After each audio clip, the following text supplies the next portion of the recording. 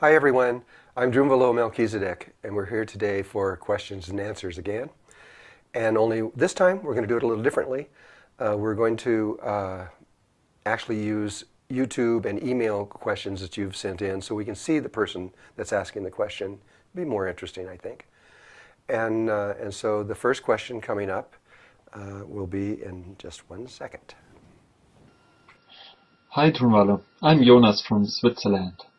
So first, thank you very much for the great body of knowledge and information that you provide and you share with all people all over the world. Thank you very much. We really do appreciate it. So I have a question in regard to human ascension to the fourth dimension. And you probably answered these questions in interviews before, but there's a point that I still don't have a good grasp on. And I love the point that you said no single soul will be lost during the phase of transition, as the Christ consciousness grid is fully established and everything has been perfectly set up for the transition. Nevertheless, you stated in one of your last interviews that the Merkaba is a must-have to be able to move to the next dimension. So my question is, at which point do people which did not establish their Merkaba during their lifetime remember and develop it? Is it when they leave their physical body, when they die in the third dimension? Or do they first move on to the eighth overtone or the fourth dimension and remember and develop it there? You once said that the 8th to 10th overtone of the fourth dimension works like a melting pot, and so humankind would reunite at that level, and then we move on as one entity on our journey to, through the next dimensions. So thank you very much for elaborating this point once more, and thank you very much for all of your work. Okay, well, thank you, Johannes. That's a multi-level question, and I realize if I did say there's something I said that he said that is not correct, and when I get there, I'll say that. But I think what I'll do is just kind of present this all over again. Right now, everything is set up. Everything is ready for ascension. If there is anything left over that we need to do, I'm not sure what it is. We're just waiting for Mother Earth to make the move to begin everything, and it's really up to her when she does that. We don't know when she's going to do that. It's really a very personal thing to her. But what happens is once this mass ascension of the planet begins, there's three, right now, there are three possibilities. One of them is that you're going to go through ascension, which is what I'm teaching out to the world right now, and that in that particular method, you understand how everything works within the body. You've connected your heart to your brain. All your beams of light are out. Your third eye is open, and you are functioning in a way that is really above normal human consciousness. And from that point of view, you can consciously die. In other words, when the moment is right, you simply connect all those things and you make a breath, a very special breath, which I used to call the 18th breath. It's a little more involved than that. And when you do that, you just simply disappear out of the room. I believe there's going to be a pretty good flash of light associated with that, and you're gone. And in so doing, you're going to go to the 12th overtone. He said the 8th, 9th, and 10th. If I said that at any time, it was a mistake, and I'm sorry. It is the 10th, 11th, and 12th overtone of the fourth dimension that we're going to enter into. And people that ascend are going to go into the 12th overtone. The other possibility is that you resurrect, and there will probably be many Christians that will choose that because that's what they've been taught. And it's another form of consciously dying, where you go from, you die, and in Jesus' point of view, he was, basically killed, And it doesn't matter how you die, whether you're run over by a truck or you're blown up or anything else. It doesn't really make any difference. You die. And when you die, on the immediately after death, there's about a period of about 2.5 days to 4 days that you have to transcend into the next level of existence, which in this case would be the 11th overtone of the fourth dimension. When you die doing that, right before you start to actually make the movement into those levels of existence, when you're no longer, you're letting go of your body, and you're making the movement into that 11th overtone of the fourth dimension, at that moment you recreate your body and bring it with you. Now, the person who does the ascension automatically does that. They'll bring their body with you. When you get into the 12th overtone, you're going to be in this body, but you're going to be in a world that you may not understand. But in the resurrection process, it is almost identical, except that you recreate your body. How can you do this? Well, the body is not what we think it is. Most humans think it's a physical thing, and that when we die, we leave it here and we go on. But that's not the case. The body actually is an image that is produced from within human consciousness. And a person who is doing resurrection knows that. That's part of their training. They understand that the body is an image, and in so doing that, they recreate it as an image, and they recreate the body exactly as it is now, and they go on. The other people, which is going to be the vast majorities of the people that are on Earth right now, what they're going to do is they're just simply going to die in the normal way. But everything has been set up in such a way that when they die, when they get to, which will be the 10th overtone of the fourth dimension, when they get there, they will then be taught, basically, how to recreate their body so that they can stay there. And it's a process that has not ever really been done before, but it's been done before in other areas of the universe before. It's not anything new, and they know exactly how to do it.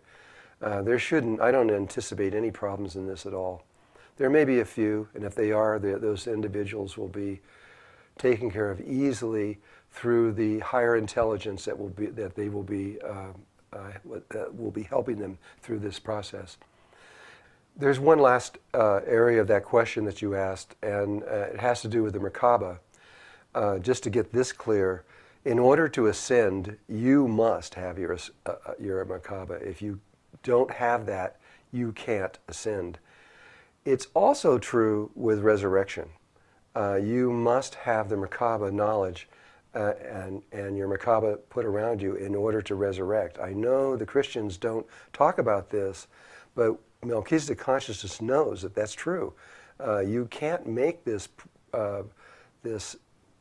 transition without it. If you don't have your Merkaba with you, you can't do either one of those two things. But you know how to die. That's pretty easy to do. And in the dying process, when you get to the other end of all of this, there is going to be people there that are prepared for you, and they will teach you everything you need to know really fast. You can learn things there that would take years here, that could take seconds there. They will teach you everything you need to know really fast, and you will be able to remain there because of the work that they're going to do to solidify you through your Merkaba. Nobody should worry about this stuff. I mean, really, it's all covered. Do the best you can. Do the best one. Do the one that you're attracted to. If you feel like resurrection is the best one that you want to do that one. If you want to do ascension, do that one. If you're not sure what to do, go ahead and just die. It doesn't matter. It really doesn't make any difference. You're all going to end up on either the 10th, 11th, or 12th overtone, and then, like Johannes said, there's going to be a blending once we're all on the same page. There's going to be a blending of our race. I believe what happens is everybody moves up into the 12th overtone and prepares for a higher ascension beyond that. We're not going to stay just in the fourth dimension. We're going to move a lot further than that. It will take about, in human terms, about 2 years for us to develop far enough into the consciousness realms to be able to understand how to go on. But once we do start going on, we're going to go really fast. And this is exciting. I mean, this is the greatest thing that's ever happened here on Earth. And I personally, I can hardly wait for this to take place. Anyway, I think I answered that question. And so we'll go on to the next one. So I'm going to turn around and take a look at the screen. Hi Drunvalo, thanks for being who you are, doing what you do. I got a couple of questions. Question one, you said after going 4D we're headed somewhere not experienced before. Is it Trinity consciousness? Question two, a channeling from Gaia some years ago talked of the manifest and unmanifest earths. Does this relate to the inner reality and outer reality? Many thanks and much love. That's a couple pretty interesting questions. It is true that what normally happens is we go into the fourth dimension and we spend a long time there. I mean, really millions of years before we go on into the fifth dimensions or higher. This time is different because of what's going on in the entire universe, not just what's here, but what's going on everywhere. And by the way, as we make this transition into the fourth dimension, and as we make it into the fifth dimension, all the levels that are underneath us are coming up with us. We're not doing this alone. This is a universal thing that's happening all over the whole universe. But the lower levels are coming up, and to reaching into the higher levels, and from the higher levels, we're going up even higher. So, in terms of are we going into a place we've never been before? Yes.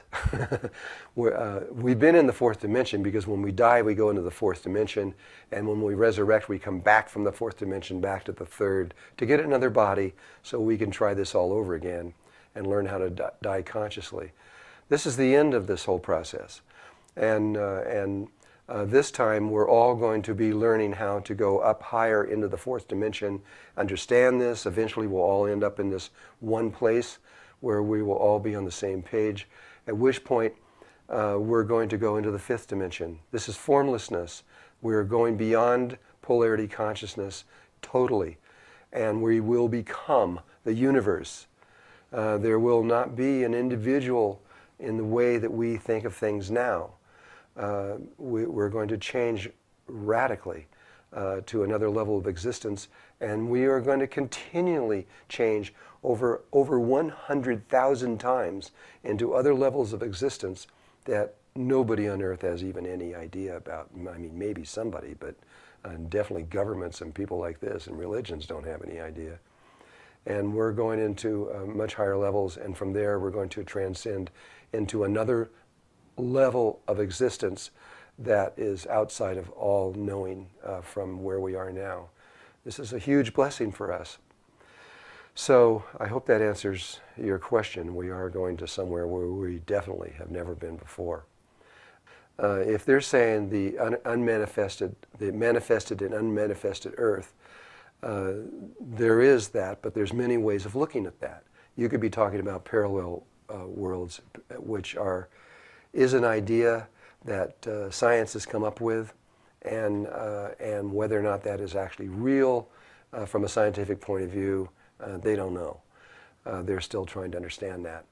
But from another level, from a level that we know is true, having to do with the inner worlds and the outer worlds.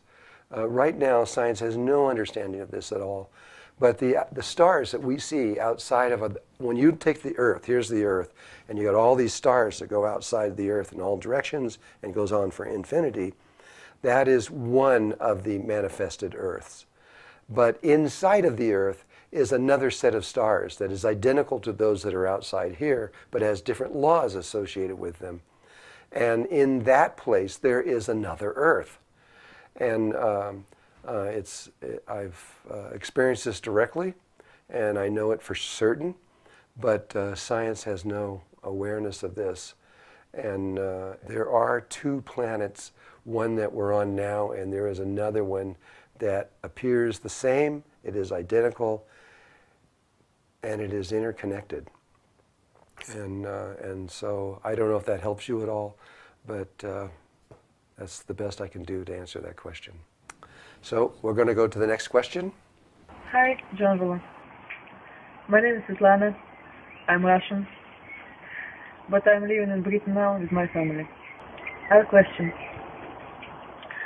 In your book, The Power of Light, you wrote about the very few reincarnations, except in exceptional cases. I've also read many articles and watched documentary. At the present time, people often reincarnate consciously, and they look exactly the same like in previous lives. Could you please explain more about this phenomenon? Thank you. I wish happiness for you and your family. Thank you. If I understood this question properly, the sound was not real good. You're interested in how someone can reincarnate and come back and look exactly the same. Now, this does happen, and it happens quite often.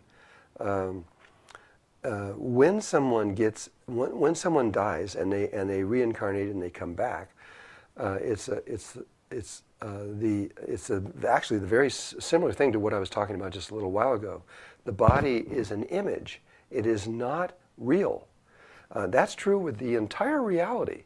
All the stars and the planets and everything that we look out into in space is not actually there. It is a consciousness pattern created from within us. And when someone understands this, this is part of enlightenment. This is part of ascension also, that we are on the edge of understanding what that means. And when we do, our lives change forever.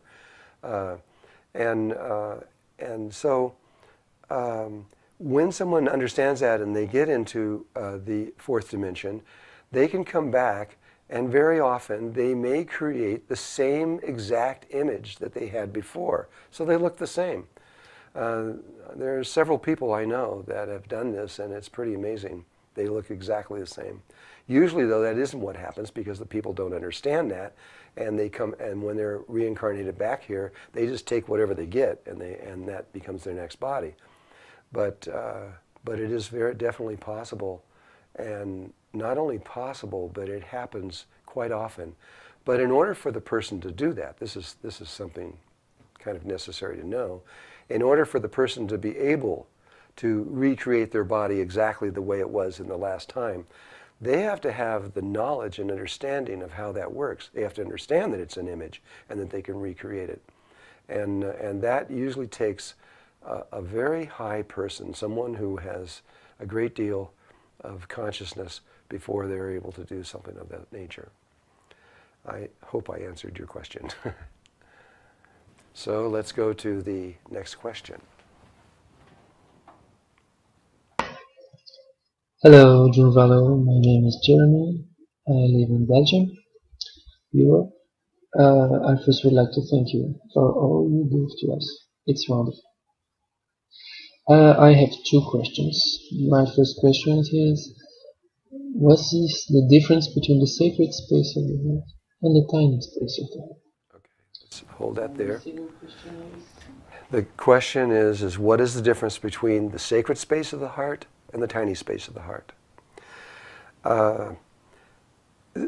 There definitely are two different regions of consciousness within the heart, and one is inside of the other. So the sacred space is bigger and it's external, and the tiny space of the heart is a smaller space that's inside of that.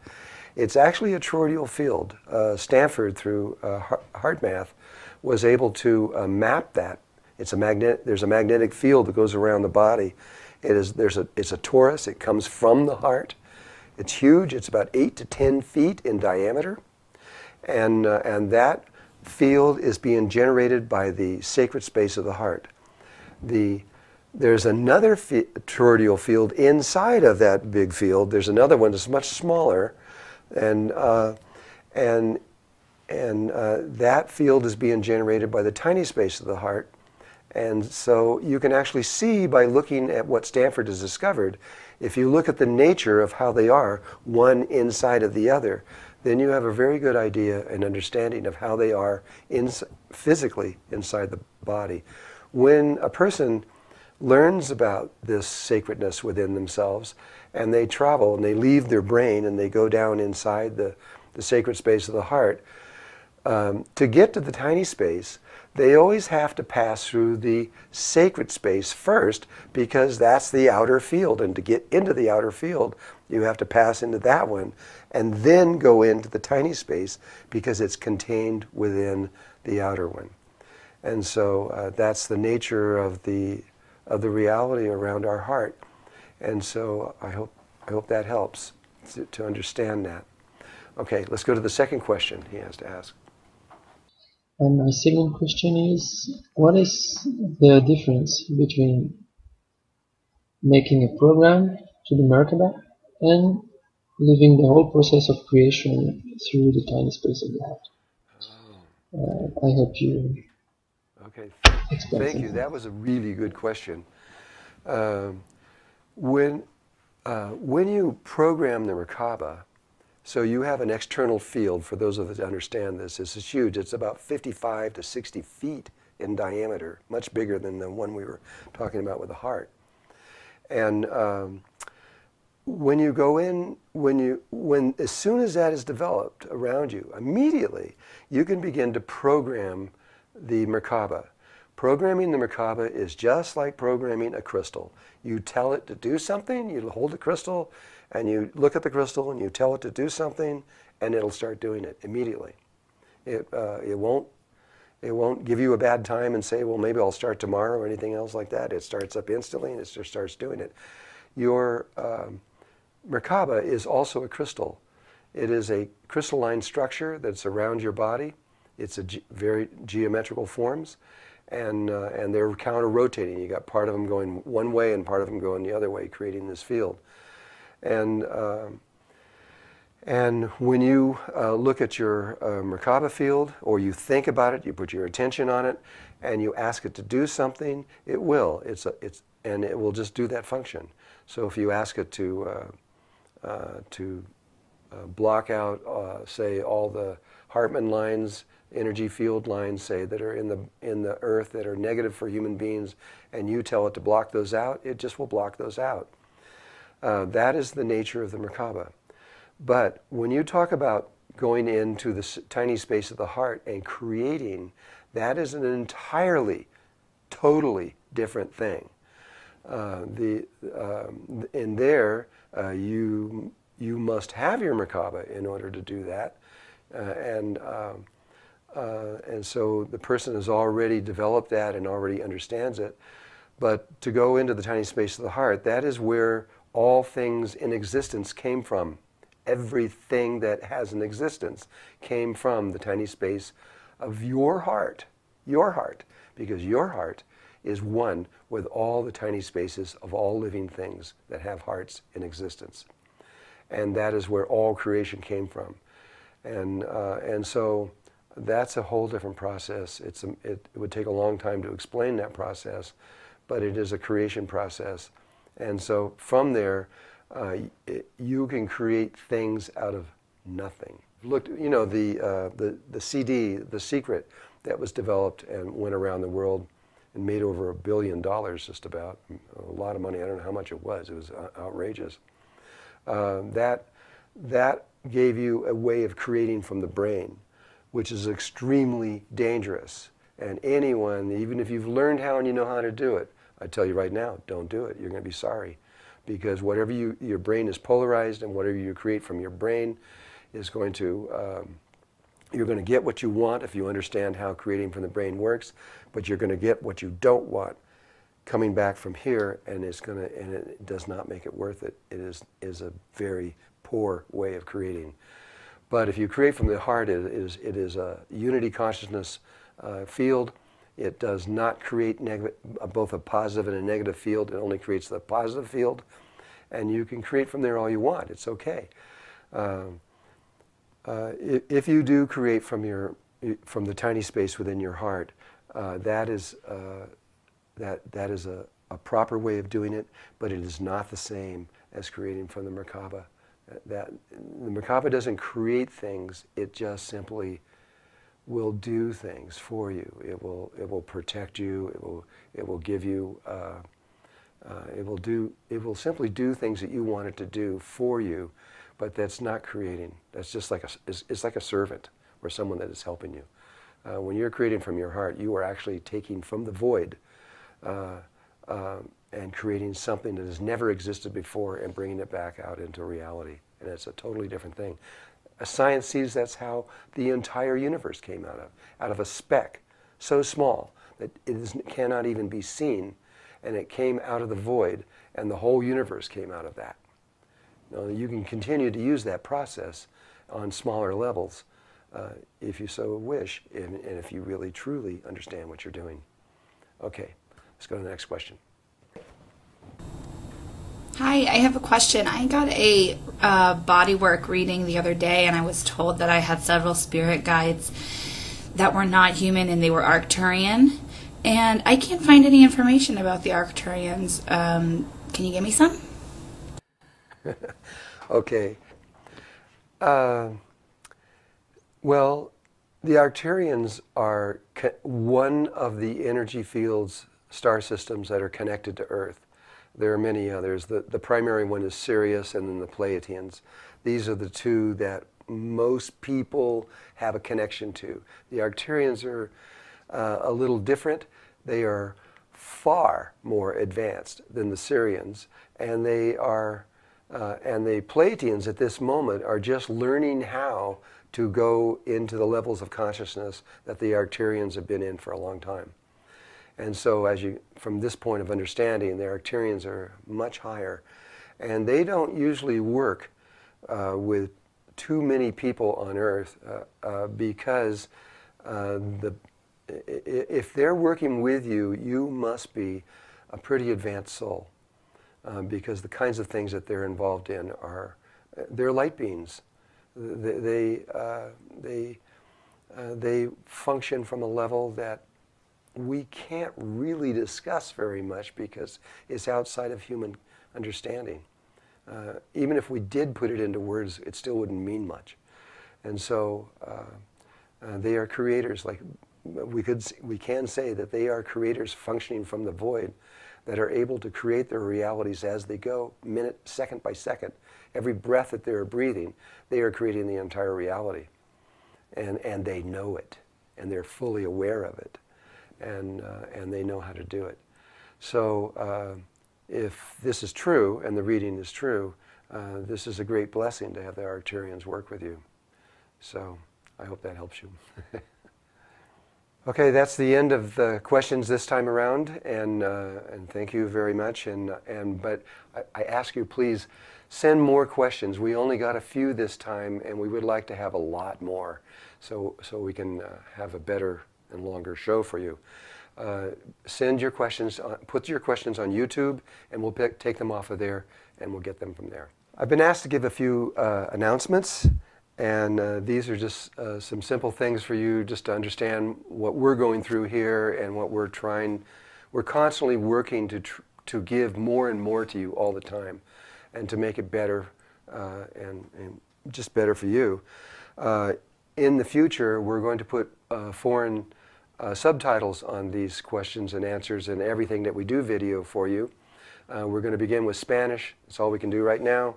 And slowly we'll work into other languages. Also, there's the conversation shows that I'm beginning to create through this filming studio. And the very first one is with Cal Garrison. And that show is now available on Drunvalo.net. You can go on there to get to this. I'm going to tell you now, we have to charge a little bit for that one because of the cost of putting these things on. I'm going to give them free to you whenever I can, but some of them, a few of them that take more production and time, we will, but it'll be cheap. It'll either be $1.99 or 99 cents or something like this. Just enough money so that we could pay for the incredible costs of doing all these things.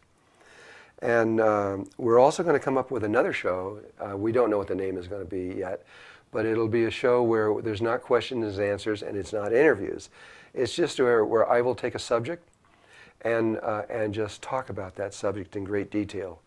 And that's a new one where we've just thought up, and we will be doing that pretty soon. And then to give you an update on the studio, this studio is a very small studio. I can about practically reach my hands across the walls here.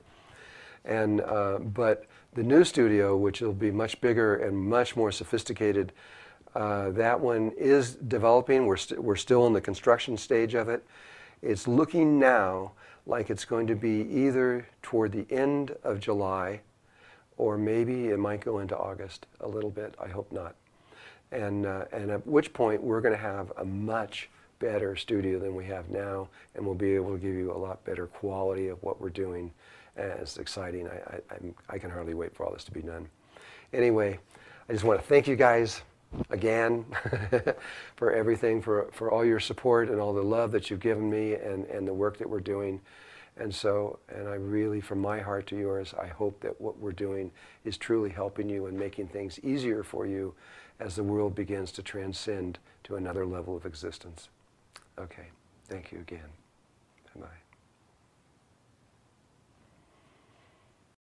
And I realize if I did say, there's something I said that he said that is not correct, and when I get there, I'll say that. But I think what I'll do is just kind of present this all over again. Right now, everything is set up. Everything is ready for ascension. If there is anything left over that we need to do, I'm not sure what it is. We're just waiting for Mother Earth to make the move to begin everything, and it's really up to her when she does that. We don't know when she's going to do that. It's really a very personal thing to her.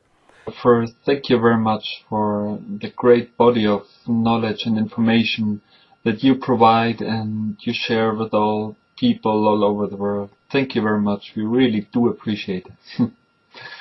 So I have a question in regard to human ascension to the fourth dimension. And you probably answered these questions in interviews before, but there's a point I still don't have a good grasp on.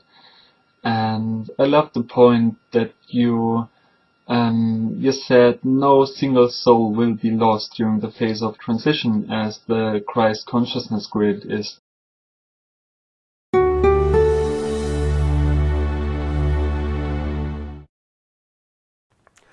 Hi everyone, I'm Drunvalo Melchizedek, and we're here today for questions and answers again. And only this time we're going to do it a little differently. We're going to actually use YouTube and email questions that you've sent in so we can see the person that's asking the question. It'll be more interesting, I think. And so the first question coming up will be in just 1 second. Hi Drunvalo, I'm Jonas from Switzerland. So fully established and everything has been perfectly set up for the transition. Nevertheless, you stated in one of your last interviews that the Merkaba is a must-have to be able to move to the next dimension. So my question is, at which point do people which did not establish their Merkaba during their lifetime remember and develop it? Is it when they leave their physical body, when they die in the third dimension? Or do they first move on to the 8th overtone or the 4th dimension and remember and develop it there? You once said that the 8th to 10th overtone of the 4th dimension works like a melting pot, and so humankind would reunite at that level, and then we move on as one entity on our journey to, through the next dimensions. So thank you very much for elaborating this point once more, and thank you very much for all of your work. Okay, well, thank you, Johannes. That's a multi-level question.